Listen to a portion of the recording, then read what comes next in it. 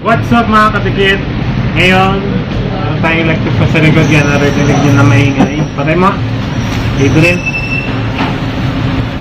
Nagtag sa ingay. Ang ingay ng mga jeep dito. And ngayon, mag-unboxing tayo ng bago sa ating pag-speaker ngayon. So, in-order ko ito sa Shopee. Shopee pa naman ngayon. Black Arrow Express. October 25. Yung booking date niya, October 25. Dumating ngayon, October 29. And yan, i-unbox natin ito. Ito ay isang airbrush. Pang airbrush. Kasi gusto kong maglagay tayo ng mga airbrush sa mga sticker natin para may mga shadow na yung magawa. Kumari ito. Tapos yung mga dito, pwede natin yung lagyan ng shadow. Kumari sticker ito. Pwede natin lagyan ng mga shadow dyan, ng mga kapoy.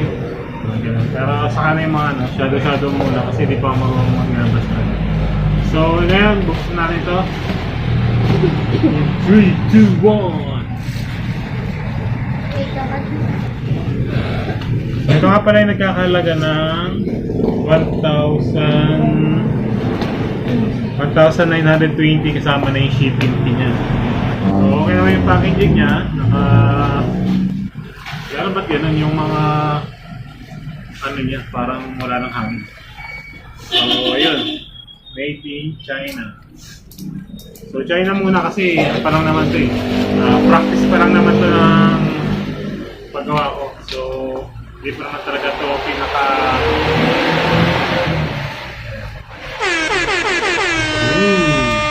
meron pang reklamo. Meron pang ulit. Yan. Ayun! At ayun na nga. So ang brand nito is Kkmoon. Kkmoon. So ito yung pinaka makina niya. So malakas siguro, off on. Tapos meron dito pang power source siguro na lang.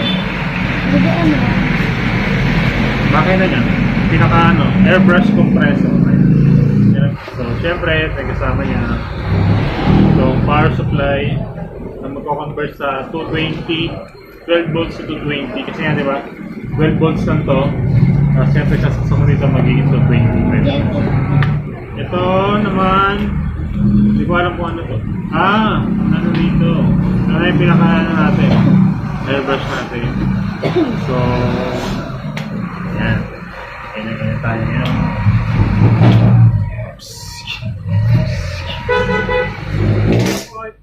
Alam ko itong airbrush nito. Pwede rin ito mga pang makeup. Pwede siya pang makeup. Pwede siya gamitin pang makeup. Pero siguro kung ginagamit ito pang baka hindi mo siya pwede gamitin pang makeup.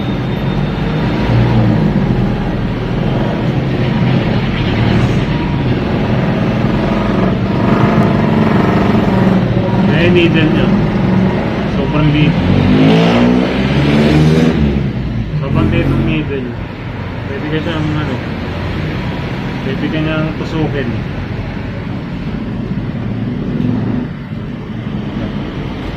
Ayan, tusukan mo ito. Tapos lalagyan lang dito. So, ayan yung globe.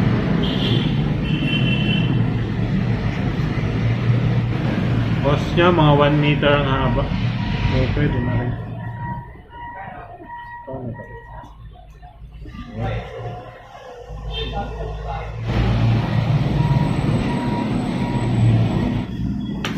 Yeah, baby.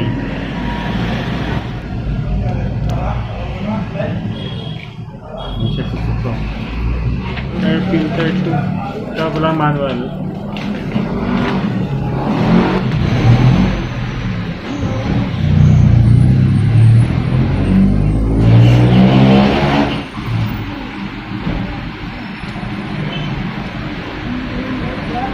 Dito pala ito. Parang ano siya. Yan. Sasok natin.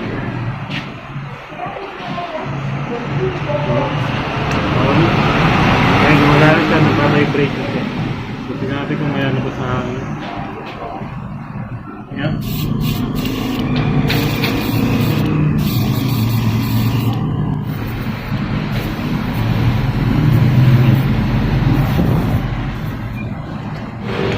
So, dalawang yung modes niya pala. Pagka...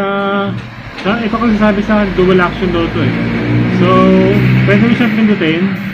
Ayan, pindot. Tapos pagka-hatak, pag pindot mo, tapos pwede mo siyang atakin. Hindi ko lang alam kung ano yung ano nun. Purpose nun. Kasi pag pindot mo siya yan, medyo maano yung ano niya, mobile. Tapos pag pwede mo siyang atakin,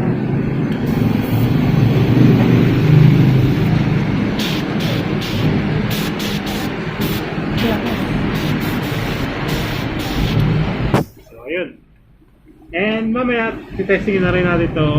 Sabi ng unboxing natin. Titestingin na rin natin. So, ayun. Sana makatulog ko. Huwag ka mag-makeup siguro eh. Oy, gusto mag-makeup. Ito kasi gusto niya mag-makeup. At parang natawa siya sa makeup eh. Hindi siya natawa sa ano. Kasi ganyan eh.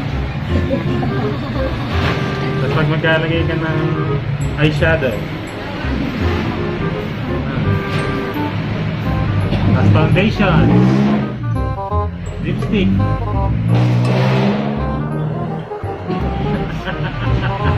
Kaso, kasi sa'yo. So ayun, nakita ko nga sa Shopee kasi na pwede nga ito pang makeup, pwede rin sa mga pang anong tagdan yung nagkalagay ng mga sugat-sugat. Anong tagdan? So yun, pwede mo siyang gamitin doon. So ayun lang, mamaya testingin natin ito kung paano natin ito magagamit sa pagsa-shadow natin. So yun lang, kita na tayo mamaya.